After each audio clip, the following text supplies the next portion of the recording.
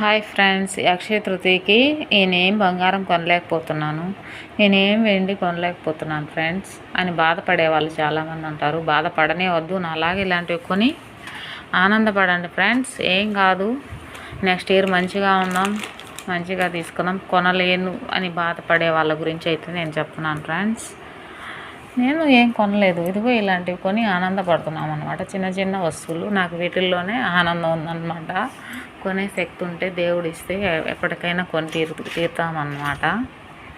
ఈ కుబేర దీపాలు బాగున్నాయి కదా, బుజ్జి బుజ్జిగా ఇలా కనిపిస్తున్నాయి, కానీ ఒక్కొక్కటి 130 పడినాయి. ఇది ఒక్కొక్కటి 110 రూపాయలు పడింది ఫ్రెండ్స్. ఇది వచ్చేసి 95 రూపాయలు పడింది. 80 పడినాయి దీపాలు.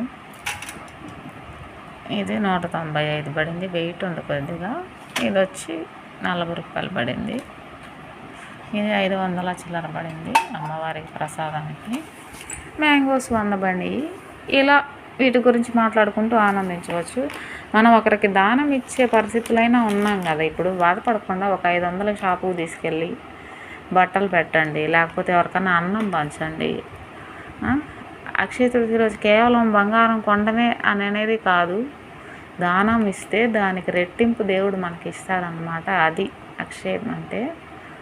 తరగదు, ఆనందంగా ఉండొచ్చు. దయచేసి బాధపడకండి. ఏమి కొనలేకపోతున్నాను, అందరూ కొంటున్నారే అన్న ధ్యాస అసలు వద్దనే వద్దు. నాకైతే లేదు. ఇవి కొన్నాక అసలు ఆ ఫీలింగ్ కూడా పోయిందనమాట. నేను ఫీల్ అవుతానని చెప్పేసి పాపం మా హస్బెండ్ ఇవి కొనుక్కుంటానంటే ఓకే వెళ్ళి కొనుక్కో అని చెప్పాడు అనమాట. డబ్బులు లేకుండా వాళ్ళని కూడా మనం ఇబ్బంది పెట్టకూడదు కదా ఫ్రెండ్స్. అందరూ కొంటున్నారు, నేను కొనుక్కోవాలి, అందరూ కొంటున్నారు, నేను కొనుక్కోవాలని చెప్పేసి వాళ్ళని మనం బాధ పెట్టకూడదు. ఉన్నంతలోనే సర్దుకోవడం ఈ మధ్యనే అలవాటు చేసుకుంటున్నాను. నేను ఏం చేస్తాం, పిల్లలు పుట్టినాక మనలో చాలా మార్పులు అనేవి రావాలి.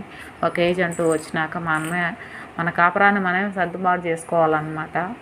ఒకళ్ళని పక్కన వాళ్ళని చూసి మనం వాతలు పెట్టుకుంటే మనకే నొప్పి తగులుతుంది అనమాట. వాళ్ళు బాగానే ఉంటారు, వాళ్ళకు ఉన్నంతలో వాళ్ళకి ఎన్ని బాధలు ఉన్నాయో దానికి తగ్గ బాధలు వాళ్ళకు ఉంటాయి. వాళ్ళ మీద మనమే బెటర్గా ఉన్నామని ఎప్పుడూ ఆలోచించాలి. దేవుడి దయ అనేది ఉంటే తొందరలోనే మనం మంచిగా సంపాదించుకొని హ్యాపీగా ఉంటాము. ఒకరికి దానం ఇవ్వడంలోనూ వీటిల్లో కూడా ఆనందాన్ని ఎత్తుక్కోవాలి. రేపు కొద్దిగా అన్నంలో కొద్దిగా పులుసు అన్నం చేసి గుళ్ళో అడుక్కునే వాళ్ళకి ఒక దానం ఇచ్చి చూడండి, మీలో ఎంత హ్యాపీనెస్ అనేది వస్తుందో. అసలు ఏం కొనుక్కోలేదన్న బాధ అనేదే పోద్ది అసలు. ఇలాంటివి చిన్న చిన్నవి ట్రై చేసి చూడండి, నలుగురికి దానం చేయండి, మంచిని పొందండి. Please subscribe. బాయ్.